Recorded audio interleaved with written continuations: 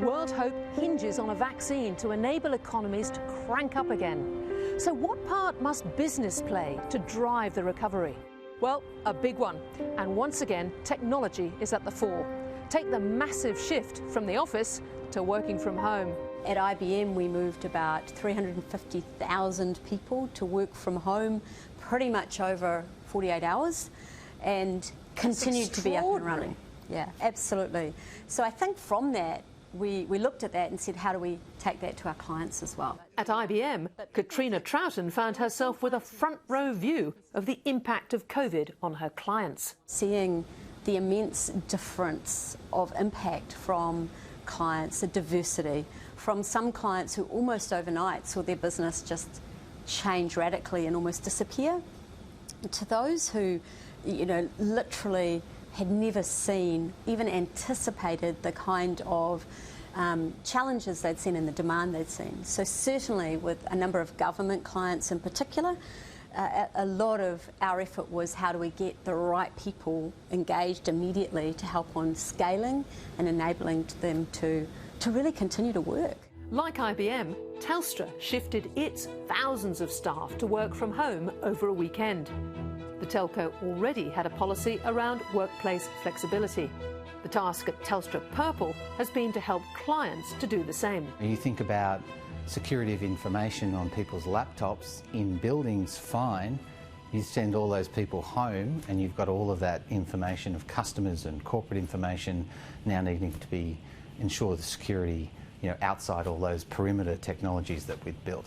So it really changed the way customers had to think and organisations had to work. Organisations like UniSuper, which faced the dual challenge of working from home when its own savings customers had new demands. And at the same time, of course, the government released the requirements on super funds to make funds available. So they had a dual track there, how to change the way they're operating and help their customers ensure that they had access to their super in a timely manner, and at the same time change the way they were working and keep their organisations safe. At oil and gas giant Woodside, early investment in tech would prove a lifesaver when COVID hit. The Internet of Things well embedded, every employee already had their own laptop. We'd kind of been practising with this Ticky, but it was within the confines of the office. Now, if you think about then our communications system that we used, our virtual meeting space and so forth, we went from less than 200 meetings per day on that, and that's probably being generous, to more than 2,500 meetings per day in a period of 5 days.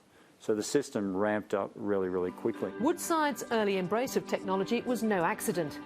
In 2014, CEO Peter Coleman looked beyond innovation in drilling the deepest wells to innovation outside the oil and gas sector, artificial intelligence. Watson was a way of saying, what do we do that's different? Well, we generate a lot of data, but what don't we do? We don't analyse that data. So we were data rich, but analysis poor. And so Watson was a tool where we said, look, let's go after artificial intelligence or AI. What's the best tool out there? Watson was the most developed at the time. IBM were committed to it. We created a great relationship. And today we have Watson throughout our company. Today, a Woodside employee can sit at a desk and have access to every piece of information on the database. The step change allows Woodside to reduce maintenance costs by up to 40% through data analysis of the many lessons learned along the way. Things that used to take 5 days to complete previously now take 15 minutes. So that's a huge productivity initiative for us. But it encourages us to think a different way. Suddenly all of the other things that we were doing that generally took a lot longer than that suddenly sped up, because people were starting to see, my goodness, if these guys in this contemporary technology area can move so quickly and they can implement change faster, then why can't we do that over in this stream here? And so I had this unintended positive consequence where actually a lot of things sped up with that technology implementation.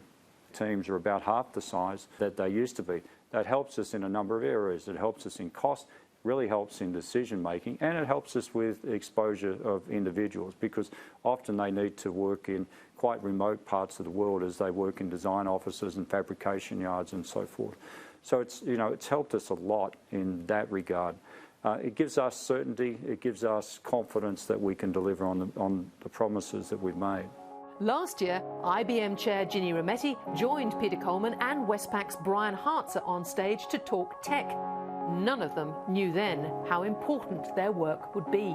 The thinking about how you try some of these things, and as Ginny and I think Peter talked about a lot, how you try some of those things, but also how you start to give people the experience and the skills they might need, is really key. And as you said, across this last sort of 9 or 10 months, we've just seen some real acceleration wherever your starting point was. The future is there to grab.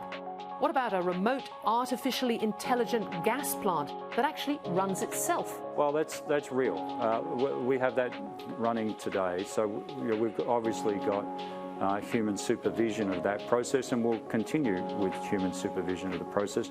But look, the advantage of AI is it doesn't get bored, and it doesn't have kind of that human bias towards risk.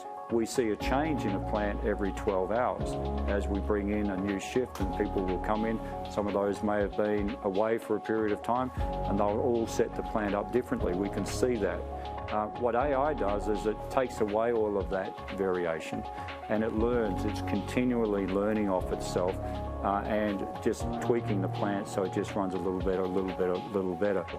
The next decade will also see new digital twins of machinery like gas plants to predict where work needs to be done. You can kind of walk through it, you can hear it, you can hear the noises, you can feel the vibrations, the sounds and so forth. What does that mean? It means when our engineers and our operators, our maintenance people are looking at that plant, looking at the layout of that plant and so forth, we can design it in an optimal way so that we can get access to it when we need to. Yeah, Woodside are one of the, I guess, leading lights in digital twins. The ability to understand, in their environment, such a really distributed footprint of capabilities, and move resources and model, it will change the way they work. Exactly. So with a digital twin, you're looking at different scenarios and what might happen if you went down a particular path. Yeah, absolutely. I mean, for them, a few percentage points of increased productivity in one of their operations is massive. But there's plenty of other applications of digital twins. I mean, the augmented reality opportunity and sitting on top of digital twins is cross-industry, and it won't be just technology jobs that need to take advantage of it. So we need to find ways that we make technology approachable and real for all sorts of students of all disciplines. A recent PwC report found that the opportunity for Australia to digitise fully could reap a $90 billion jump in GDP by 2025. That's worth around 250,000 jobs, or 2 years of jobs growth. But how can business keep up the pace? I think the question of when you start to see that acceleration, how do you keep it going, is one of the most topical that I've certainly been having with a lot of senior executives and CEOs across all industries. And I think it's about how we adjust to the new way in working. How do you actually make sure that that sort of almost adrenaline you get when you have to respond and it's so immediate? How do you keep that going? How do we engage people? So how do we adjust and adapt to get the best out of the hybrid environment we find ourselves working in? And also, how do we continue the skills development? How you keep that going? It's something that I think is on a lot of our minds.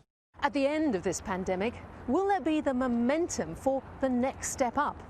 Answer: quite probably in the field of quantum. Research that can literally deliver a quantum leap in how our whole economy works. Professor Michael Biersick is the founder of Q Control, a company that specialises in quantum control engineering. Our objective is to make this new generation of technologies powered by quantum physics useful. Whenever you hear quantum in the context of technology, what we're really talking about is accessing the physics of very small things. Individual particles of matter called atoms, individual particles of light called photons. Because at these tiny size scales, the rules that we encounter are just different than what we experience in our daily lives. In quantum technology broadly, our objective is to put those new bits of physics that we find to work as resources. And what's exciting is that the development of quantum technology in the 21st century promises to be as transformational as harnessing electricity was in the 19th. The field of quantum is still in its infancy, yet the Q Control team has successfully developed quantum technology to improve navigation. We've been focused with this commercial partnership and this research engagement in leveraging quantum physics to make new kinds of navigational technology that can be many factors of 10 better than the best conventional systems you can use today. Now, this idea of being able to position yourself on the globe has been so powerful and transformational to our whole economy. Now just imagine taking that capability into space as we drive forward on civilian space technology. It's a really exciting use case, and it validates just how impactful quantum technology can be. In 2018, Professor Michelle Simmons was named Australian of the Year for her pioneering work in quantum computing. We believe it's going to be transformational in the same way you kind of went from the abacus to the classical computer. It's another big jump, and the difference now is that we make devices so small we can take advantage of their quantum states. And the whole advantage of quantum is instead of doing one calculation after another, you can use those quantum states to do calculations in parallel. And it's that massively parallel approach that allows us to address problems real time that might take way too long with a classical computer. So it's really like a game changer in the speed of computation. Professor Simmons' work at UNSW and her company Silicon Quantum Computing is backed by CBA and Telstra, and for a good reason. They have a lot of data. Any organisation that has data at its core is going to be impacted by quantum computing. And I guess we've realised that with this kind of transformational technology, if you don't get in at the ground level and you don't understand what difference it's going to make, then you're going to be picking up way too late. And the great thing I've seen about both the Commonwealth Bank and Telstra is they got ahead of the curve. They saw this wave was coming and they jumped in, and they've been working with us to identify where is it going to make an impact for our business. Oil and gas company Woodside was the first commercial business in Australia to join IBM's Q network in quantum research. Well, it's an important relationship for us, and it's obviously a testament to the relationships that we've built with IBM over the past few years and the trust Woodside has in IBM and vice versa. If quantum computing does deliver what we all hope it will, then it just says some of the chemical process problems that we have today, some of the challenges that we have in understanding how oil and gas and water flow through rock some 4 kilometres below the surface, all of those things now can be computed in a way that they can't today. And once again, with quantum, working together delivers a win for business and big tech through a relationship built on trust. They have a real live test lab, so to speak, and again it goes back to the innovation that is Woodside. So it's kind of in Woodside's DNA. So what IBM gets then is a company that is willing to work with them, willing to experiment and test things, but do it in a sensible way, so we're not spending ridiculous amounts of money or time on it, but be able to get that real live feedback. Of course, for them, it's a multiplier effect. If you solve this challenge at Woodside, then you can solve it pretty much everywhere around the globe. And if you think about that, that's tens, if not hundreds of thousands of opportunities.